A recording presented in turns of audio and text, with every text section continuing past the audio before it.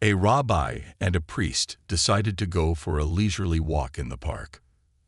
As they were walking and chatting about various topics, they happened to pass by a beautiful, large lake. The water was sparkling and crystal clear, and it looked incredibly inviting.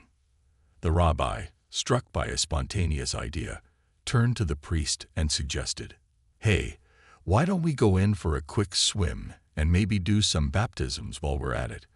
The water looks perfect for it." The priest, a bit hesitant, pointed out a practical issue. "But we don't have any swimsuits with us," he said, looking doubtfully at the water.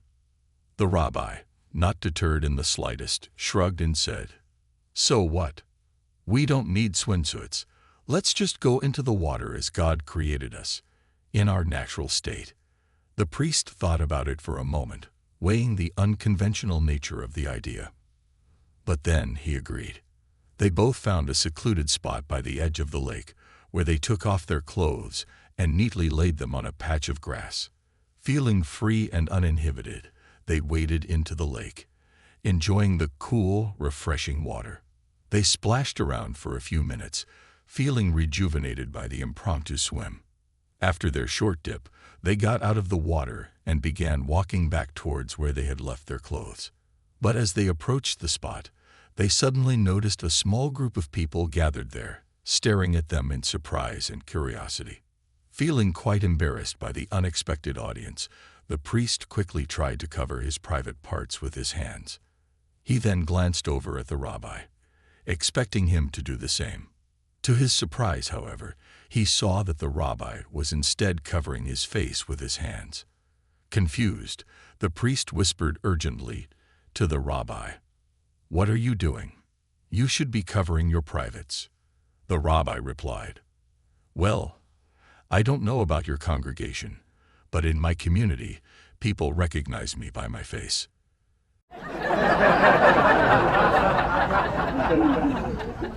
In a charming little village, nestled among green hills and meandering streams, there was an unusual yet eagerly awaited annual tradition.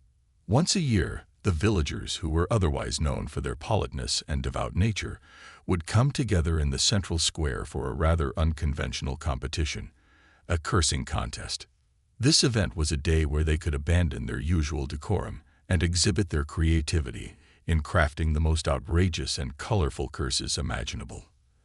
As the eagerly anticipated day drew nearer, a buzz of excitement spread throughout the village. People whispered their plans and practiced their curses in hushed tones, eager to outdo each other with their inventiveness. They were all preparing to deliver something truly spectacular and memorable that would leave a mark in the history of the competition. Finally, the day of the competition dawned. The village square was bustling with activity as villagers of all ages gathered to witness the spectacle. However, as the contest progressed, it became apparent that this year's entries were somewhat lackluster. Sure, there were a few moderately creative curses here and there, but nothing that truly captured the essence of what this competition was all about. As the afternoon wore on, and the more promising participants had already taken their turns, it was time for those less known for their cursing abilities to step up. This is when Peter, a relatively unknown figure in the cursing community, was called to the stage. His name echoed through the square several times, but there was no sign of him. Just as the crowd began to grow restless, a loud bang was heard as the door of the nearby outhouse flung open, and out sprinted Peter, heading straight for the stage. Upon reaching the stage, Peter launched into a stream of curses so vile, so imaginative, and so shockingly crude that the entire square fell silent. He bounced around the stage, unleashing profanities that were so extreme in nature that even the most seasoned villagers, accustomed to years of this unusual tradition, were taken aback. His tirade was a bewildering blend of crudeness and creativity, a verbal assault that left everyone from the young to the old completely dumbfounded. After a relentless torrent of curses, Peter finally came to a stop.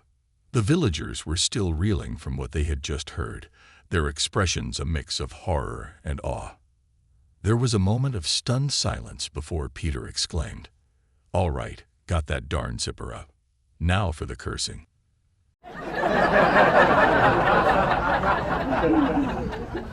A physicist, a law professor, a political science professor, a chemist, and a statistician found themselves together in an office, discussing a complex issue.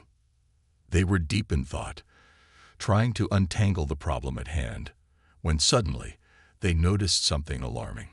In the corner of the room, the trash can had inexplicably caught fire. The political science professor, sensing an opportunity to demonstrate leadership, quickly stood up. "Don't worry, everyone. I've got this under control." He then swiftly exited the room, leaving the others in a state of uncertainty and confusion. As the fire continued to crackle in the trash can, the remaining professors began to debate the best way to handle the situation. The physicist was the first to offer a solution. The best course of action is to place the garbage can in the refrigerator. This will lower its temperature below the ignition point, effectively extinguishing the fire. The chemist, however, disagreed with this approach. He argued, "No, the most effective method would be to cover the garbage can completely. By doing so, we would cut off the fire's oxygen supply. Without oxygen, the fire won't have any reactants and will naturally die out." Meanwhile, the law professor raised an eyebrow and said, "I think we're jumping to conclusions here. We haven't even established with certainty that the trash can is on fire. We mustn't blame the victim without proper evidence." As this debate was unfolding, the professors suddenly realized that the statistician was not with them. Instead, he was frantically running around the room, setting other objects ablaze.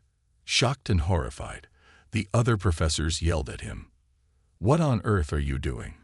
Why are you setting everything else on fire?" The statistician looked at his bewildered colleagues and explained, "I'm just trying to get a proper sample size."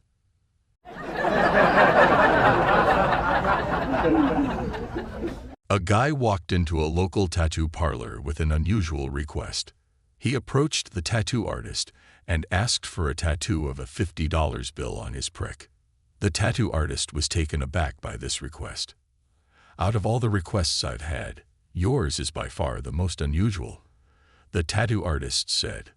"I have to ask, why on earth would you want a $50 bill tattooed there?" The man smiled and replied, "Well, there are actually 3 reasons for it. First of all, I love money. I've always been a fan of cash, and I enjoy having it around. Secondly, I like the idea of my money growing. When I'm, let's say, enjoying myself, it'll be amusing to see my money grow along with me. And the third reason," continued the man, "is probably the most important one. You see, whenever my wife feels like blowing $50, she won't have to leave the house."